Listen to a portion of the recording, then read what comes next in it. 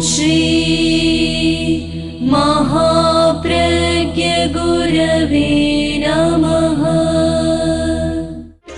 जिसके सांसों में रहता है शाश्वत शांति का स्पंदन, उस महाप्रज्ञ को वंदन, उस महाप्रज्ञ को वंदन। सत्य अहिंसा अनेकांत को अर्पित जिसका तन मन, उस महाप्रज्ञ को वंदन, उस महाप्रज्ञ को वंदन। जिसके सांसों में रहता है शाश्वत शांति का स्पंदन, उस महाप्रज्ञ को वंदन, उस महाप्रज्ञ को वंदन।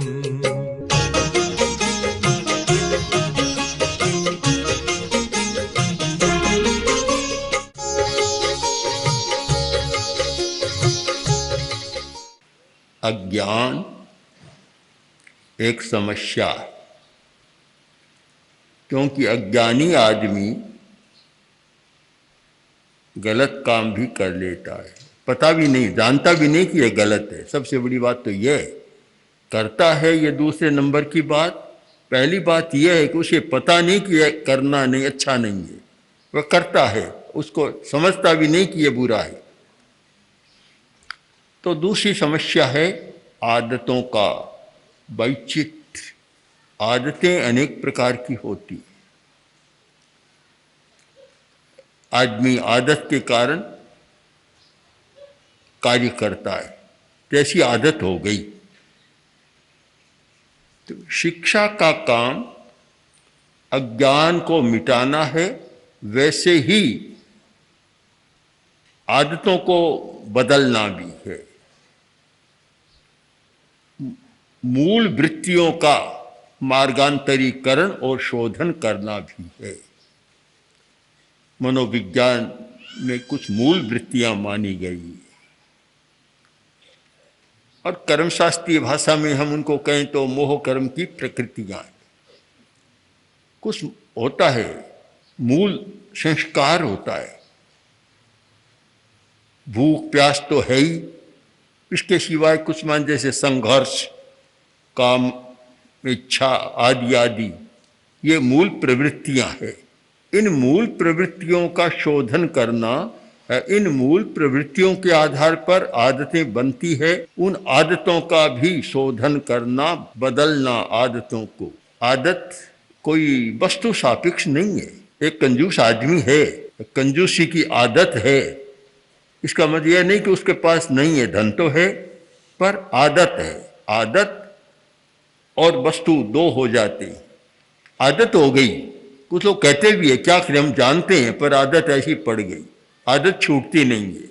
ऐसी आदत हो गई, लड़ाई झगड़ा करने की भी आदत हो जाती है, करने का कोई मतलब नहीं, पर लड़ाई की आदत हो जाती है। पंचायती करने की भी आदत हो जाती है, हस्तक्षेप करने की भी आदत हो जाती है, और बिना मतलब उलाहना देने की भी आदत हो जाती है। अलग अलग प्रकार की आदतें हैं।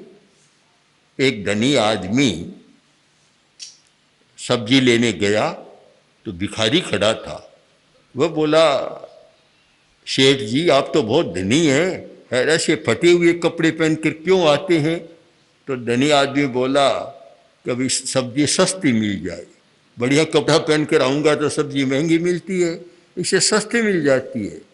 तो सस्ती लेना आपको अच्छा लगता है? आप हाँ बहुत अच्छा लगता है। अगर बिना पैसे मिल जाए तो तब तो बात ही क्या, और बहुत बढ़िया लगता है। तो लो ये मेरा कटोरा लो भिखारी का, और सब्जी वालों के सामने कटोरा फेरो, बिना पैसे आपको मिल जाएगी। अब एक और तो धनी आदमी है, पैसे की कमी नहीं है, और उधर से फटे हाल आता है। क्यों? आदत है, आदत के कारण होता है। हमें विश्लेषण करें कि बहुत सारी बातें आदत के कारण होती है, और सबकी आदत समान नहीं होती, अलग अलग होती है। किसी एक भाई ने अपनी पत्नी से कहा कि तुम बहू को बार बार टोकती हो, कहती रहती हो दिन भर, ये अच्छा नहीं है, इससे बिगड़ जाएगी। कि करूं क्या, मैं जानती हूं पर मेरी तो आदत पड़ गई, छूटती नहीं है। अब ये शायद 1,000 आदमियों का इंटरव्यू लो या सर्वे करो तो बहुत सारे लोग कहेंगे कि भाई बात तो ठीक है, कठिनाई है, पर करूं क्या, मेरी आदत हो गई। अब आदत हो गई, इसका कोई उत्तर नहीं है, इसका कोई समाधान ही नहीं, कोई तर्क भी नहीं है कि मेरी आदत है, भाई इतने में छुटकारा हो जाता है, आगे कोई समाधान भी नहीं मिलता। तो शिक्षा का काम है आदतों को बदलना, मार्गांतरीकरण करना, उन आदतों का शोधन करना, आदतों की काट छांट करना और नई आदतों का निर्माण करना, यह शिक्षा का कार्य है। वर्तमान में तो देखता हूं कि अज्ञान निवृत्ति तो बहुत अच्छी हो रही है, किंतु आदतों का निराकरण या परिवर्तन यह तो शायद अभी शिक्षा के साथ जुड़ा हुआ नहीं है।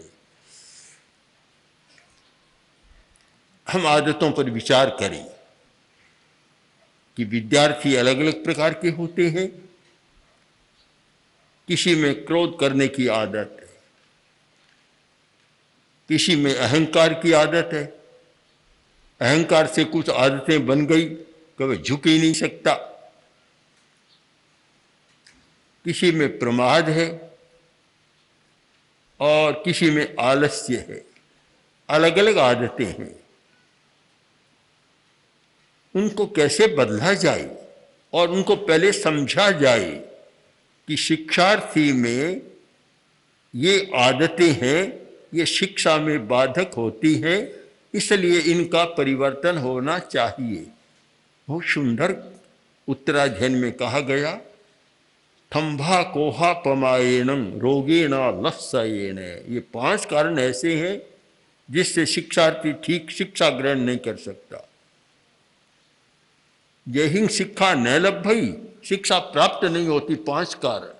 पहला कारण है थंभा, खंभा, प्राकृत का शब्द है थंभा और इसको हिंदी का बना लो खंभा। खंभे की तरह अकड़ कर रहना जानता है, झुकना बिल्कुल नहीं जानता। वह व्यक्ति शिक्षा के योग्य नहीं बनता और यह आदत शिक्षा में बहुत बाधा डालती है और अगर न बदले तो फिर पूरे पारिवारिक जीवन में भी दुख पैदा करती है। अहंकार बहुत बड़ी समस्या है। अहंकार चाहे पिता में हो, चाहे पुत्र में हो, सास में हो या बहू में हो, अहंकार हमेशा समस्या पैदा करता है, कोई समाधान नहीं होता। एक महिला में अहंकार बहुत था, घर में बहुत लोग थे काम करने वाले नीचे, पर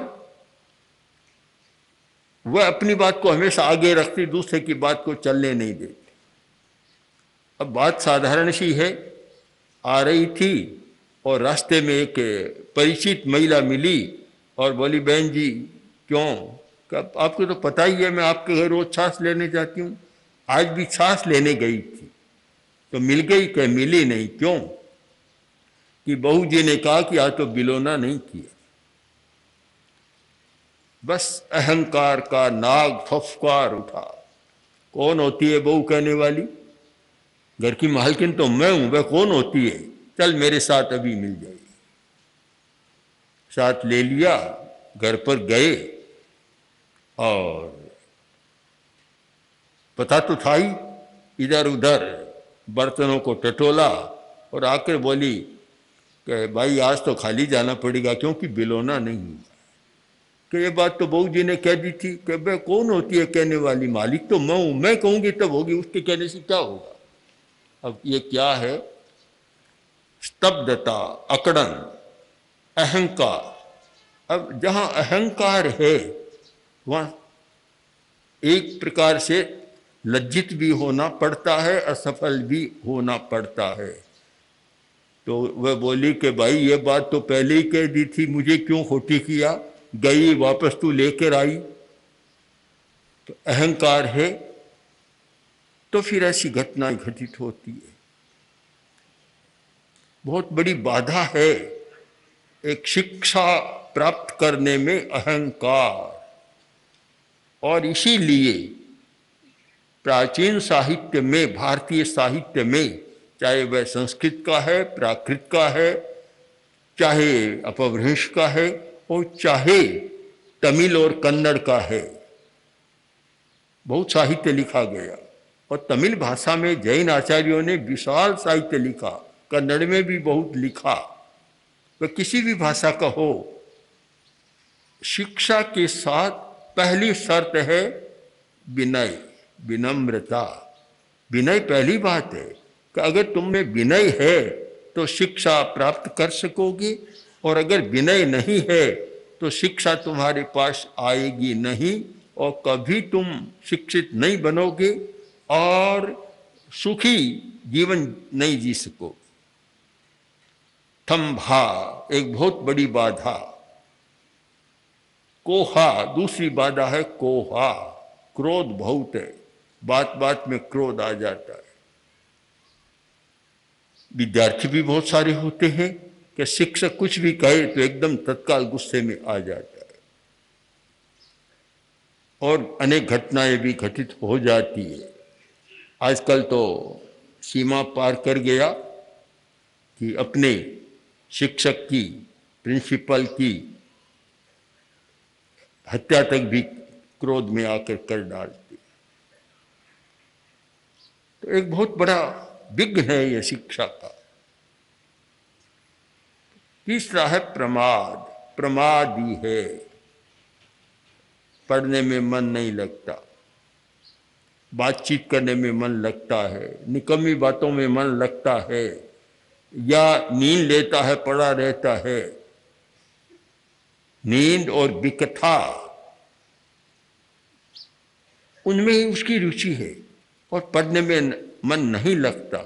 यह भी शिक्षा की एक बहुत बड़ी बाधा है। प्रमाद, प्रमत्त रहता है, मूर्छित सा रहता है, जागरूक नहीं रहता अपने कर्तव्य के प्रति।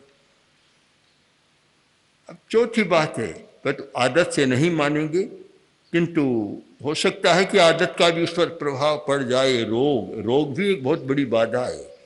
जो रुग्ण है, रोगी है, वह अच्छा ज्ञान कैसे प्राप्त करेगा?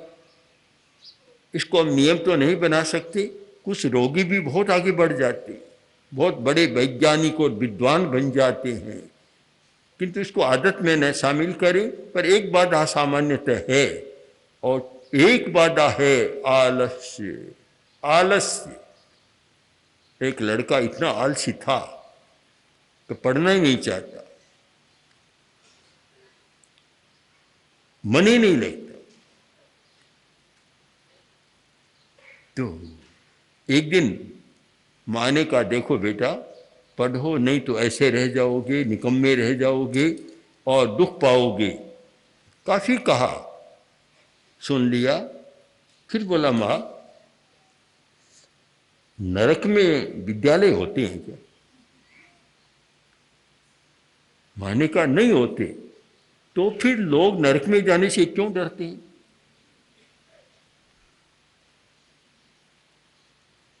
इतना आलसी के विद्यालय का मुंह भी देखना नहीं चाहता था,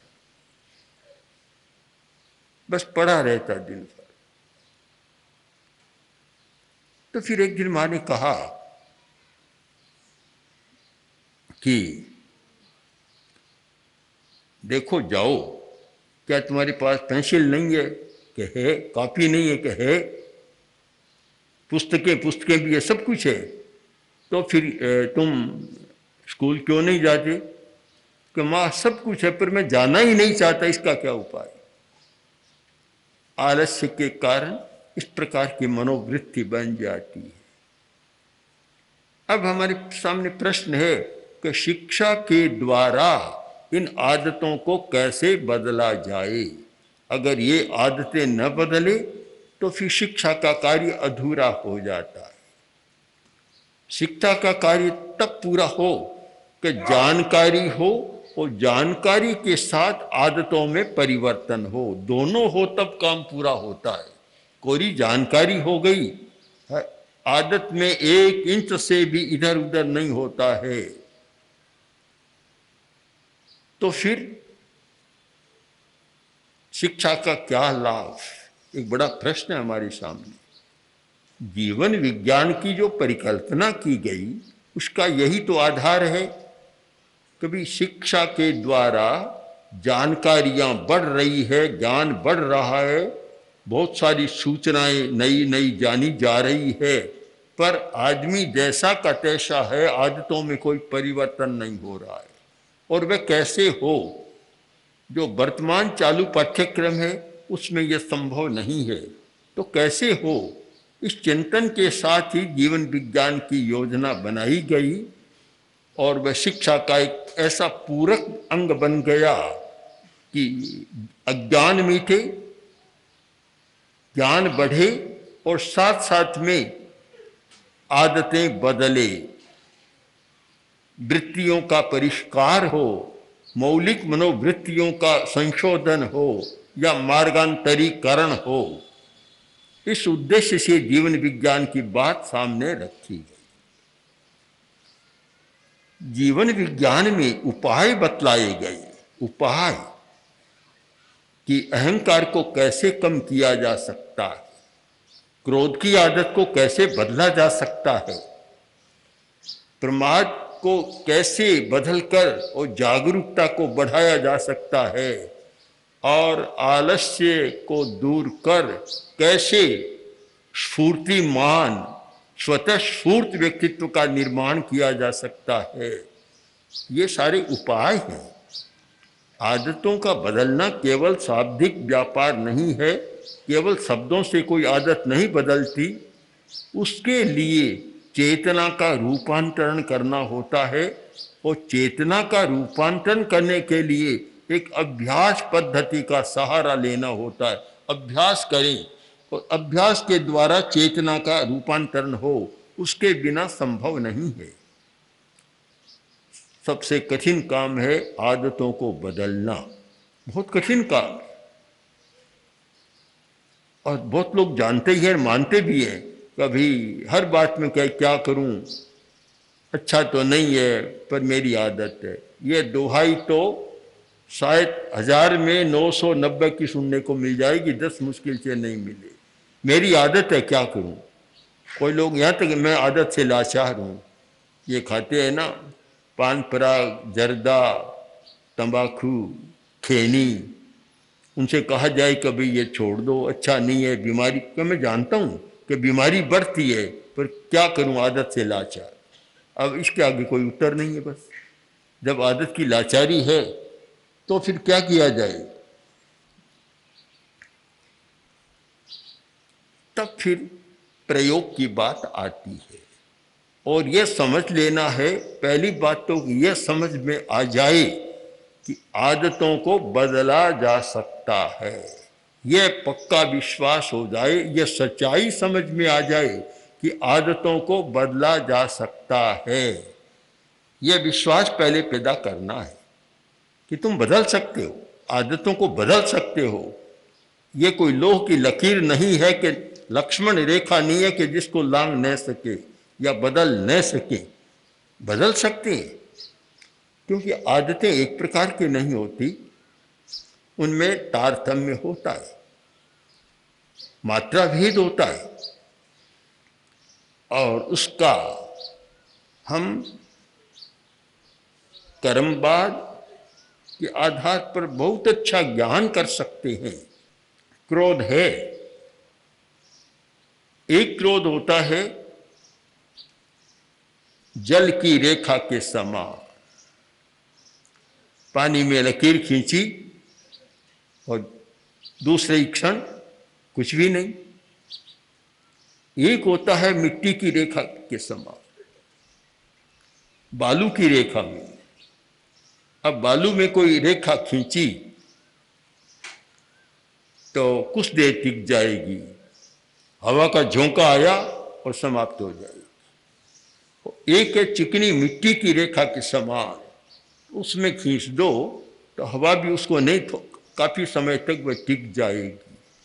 और एक रेखा है चट्टानी रेखा, चट्टान पर पत्थर पर खींची हुई रेखा, जो लंबे समय तक टिक जाती है। क्रोध भी एक जैसा नहीं होता, क्रोध की आदत भी एक जैसी नहीं होती। कुछ व्यक्तियों का क्रोध ऐसा होता है कि जल की रेखा के समान है, आया और चला गया। संस्कृत साहित्य में अच्छा लिखा है, उत्तमस्य क्षणंकोपे मध्य में प्रहरद्वयम अधमस्याहोरात्रम और जीवनांत मधमाधमे, जीवांत मधमाधमे व प्राणांत मधमाधमे। उत्तम आदमी का क्रोध क्षणिक होता है, बस एक क्षण आया, दूसरे क्षण में बिल्कुल शांत। जो मध्यम कोटि का आदमी है, दोपहर तक क्रोध गुस्सा टिक जाता है, दोपहर तक तो कोई सामने न जाए तब अच्छा, सामने जाते ही फुफकार उठता है दोपहर तक। जो अधम आदमी है उसका दिन रात टिक जाता, एक दिन रात तक टिकता है। और जो अधम से भी अधम है, प्राणांतम, जीवन भर नहीं, बस गांठ खुलती नहीं है कभी। चार कोटि के लोग हो गए, उत्तम, मध्यम, अधम और अधमाधम, अधम से भी अधम। तो क्रोध चार प्रकार का हो गया कि जो जल की रेखा है तो मानो उत्तम आदमी का क्रोध है कि आया चला गया, एक क्षण भी नहीं टिका। और बालू की रेखा जैसा है तो मान लो दोपहर टिक गया, कुछ देर बालू की वह टिक गई। और जो मिट्टी का है उसको हम मान लें कि वह अधम आदमी का है तो दिन रात टिक गया, लंबे समय टिक गया। और अधमाधम है उसका तो चट्टानी रेखा है कि जीवन भर गुस्सा कभी शांत नहीं हुआ, जिसके प्रति क्रोध आया और उसे देखते ही बस आंखें लाल हो जाती है, भ्रिकुटी तन जाती है। तो आदत के भी कई प्रकार हैं, तारतम्य है। क्रोध भी समान नहीं होता तो अहंकार भी समान नहीं होता, अहंकार में भी तारतम्य है। चार प्रकार का अहंकार भी हो जाता है। तो फिर इनको बदलना कैसे? तो बदलने का तरीका बड़ा आसान तो नहीं है, कठिन है। क्योंकि एक जो उत्तम कोटि का कोई विद्यार्थी है, उस पंक्ति का है, तो उसकी क्रोध की आदत को जल्दी बदला जा सकता है, बदल जाती है। और हमने देखा प्रेक्षक ध्यान शिविर में लोग आते हैं, कुछ व्यक्ति 2-4 दिन में ऐसे शांत बन जाते मानो कभी क्रोध किया ही नहीं था। हमारे सामने बहुत उदाहरण है ऐसे व्यक्तियों के कि जो आए तब कितने गुस्सेल थे और गए तब बिल्कुल शांत। एक व्यक्ति युवक प्रेक्षा ध्यान में भाग लेने आया, शिविर में रहा, मैं प्रयोग करा रहा था। मैंने प्रयोग संपन्न किया और कुछ भाई मेरे पास आए और बोले कि आपने किस युवक को यहाँ शिविर में रखा है, दुनिया की जितनी बुराइयां सारी इसमें पाती है, कैसे रख लिया? मैंने कहा भी हमें तो पता नहीं होता कि कौन क्या बुराई है, बस हम तो आते हैं और जिनमें ध्यान की रुचि है देखते हैं अच्छा प्रयोग करता है उसे ले लेते हैं, और जाता है तब भी अच्छा लगता है हमें। तो उसने कहा नहीं बहुत खराब है, तो ऐसा वैसा खूब बखान किया। शिविर में रहा, चला गया और शायद 1 वर्ष 2 वर्ष बाद उसी व्यक्ति का एक संबंधी नाना था, हम लोग दिल्ली में थे, मैं बैठा था अनुव्रत भवन में, आया और मेरे पैर पकड़, मैंने कहा भी ठीक है बनना हो गई, छोड़ता नहीं है, क्यों? रोने लग गए। मैंने क्या हुआ ये, क्यों ऐसा क्यों कर रहे हो? क्या कर रहा हूं? आपने मेरा कल्याण कर दिया, मेरे परिवार का, वह मेरा दोहिता जो कुल का कलंक था और आज वह प्रेक्षा ध्यान का अच्छा प्रशिक्षक बन। तो आदमी बदलता है, तारतम्य है। हम कोई न बदले तो मान ले कोई चट्टान की रेखा है, बड़ा कठिन काम है, बदल तो वह भी सकता है पर बहुत लंबा समय लगता है।